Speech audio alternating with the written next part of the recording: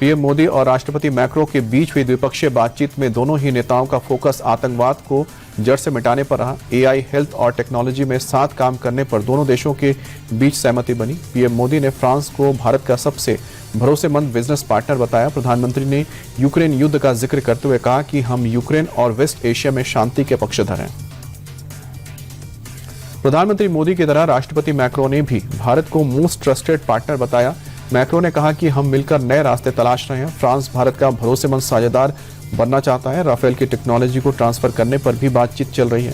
AI को लेकर साथ काम करने पर सहमति बनी है। रक्षा और स्पेस में भी हम आपसी सहयोग बढ़ाएंगे।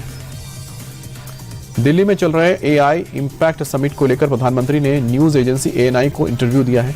मोदी ने बेबाकी से 2047 तक भारत को टॉप 3 एआई लीडर बनाने की बात कही है। मोदी ने कहा है कि युवाओं को एआई सेक्टर में ट्रांसफॉर्म करना हमारा मकसद है। हम आने वाले दिनों में एआई कंज्यूमर नहीं बल्कि एआई के प्रोडक्शन में भी महारत हासिल करेंगे। समिट के जरिए लेटेस्ट टेक्नोलॉजी की खामियों पर मंथन किया जा रहा है।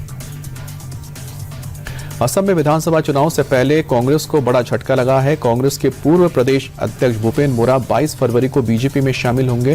सीएम हेमंत बिस्वा शर्मा ने भूपेन बोरा के घर पर 2 घंटे की बैठक के बाद ऐलान किया कि उनके साथ कांग्रेस के कई बड़े नेता बीजेपी ज्वाइन करेंगे। सीएम हेमंता ने भूपेन बोरा को कांग्रेस में आखिरी मान्यता प्राप्त हिंदू नेता बताते हुए कहा है कि उन्होंने कांग्रेस के मुस्लिमीकरण की वजह से ही पार्टी छोड़ी है। महाराष्ट्र में देवेंद्र फडणवीस सरकार ने पिछड़े मुस्लिम वर्ग को दिए गए 5% आरक्षण का फैसला रद्द कर दिया है। यह आरक्षण 2014 में एक अध्यादेश के जरिए सामाजिक और शैक्षणिक रूप से पिछड़े मुस्लिम वर्ग को सरकारी नौकरी और शैक्षणिक संस्थानों में दिया गया था। हालांकि 14 नवंबर 2014 को बॉम्बे हाईकोर्ट के स्टे की वजह से अध्यादेश 23 दिसंबर 2014 तक लागू नहीं हो पाया और इसे लैप्स माना गया। अब फडणवीस सरकार ने साफ कर दिया है कि 5% आरक्षण देने के लिए जारी किए गए सभी सरकारी फैसले और सर्कुलर रद्द माने जाएंगे।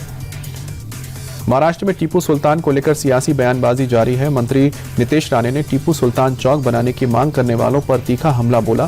नीतीश राणे ने कहा कि ऐसी मांग करने वालों को पाकिस्तान चले जाना चाहिए। दरअसल 14 फरवरी को मालेगांव में टीपू सुल्तान की तस्वीर को लेकर विवाद हो गया था, जिसके बाद से महाराष्ट्र की राजनीति गर्म है।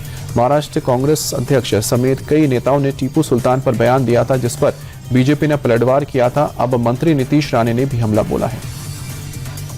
कानपुर के रावतपुर में 3-4 युवकों ने बीजेपी युवा मोर्चा के पूर्व जिला उपाध्यक्ष सोनू राठौर की पीठ पर गोली मार दी। इसके बाद हत्या करने की नीयत से पेट में 7 से 8 बार चाकुओं से गोदा। पुलिस ने उनके नाजुक हालत में अस्पताल में भर्ती किया, जहां गंभीर हालत बनी हुई है। पुलिस ने इस मामले में बजरंग दल के पूर्व संयोजक अभिषेक विश्वकर्मा को गिरफ्तार किया है। बताया जा रहा है कि यह हमला ब्याज में पैसा देने के विवाद में हुआ था। बेंगलुरु में बेकाबू बाइक की टक्कर में एक युवती की मौत हो गई। हादसा राजाजी नगर में हुआ है। 26 साल की योगेश्वरी एचडीएफसी बैंक में काम करती थी। दोपहर के वक्त वो लंच के लिए बाहर निकली। सड़क पार करने के दौरान तेज रफ्तार बाइक ने टक्कर मार दी। हादसे में बुरी तरह से घायल योगेश्वरी को अस्पताल में ले जाया गया, जहां उसने दम तोड़ दिया। हादसे का सीसीटीवी फुटेज सामने आया है। पुलिस ने बाइक सवार के खिलाफ एफआईआर की है और तलाश की जा रही है।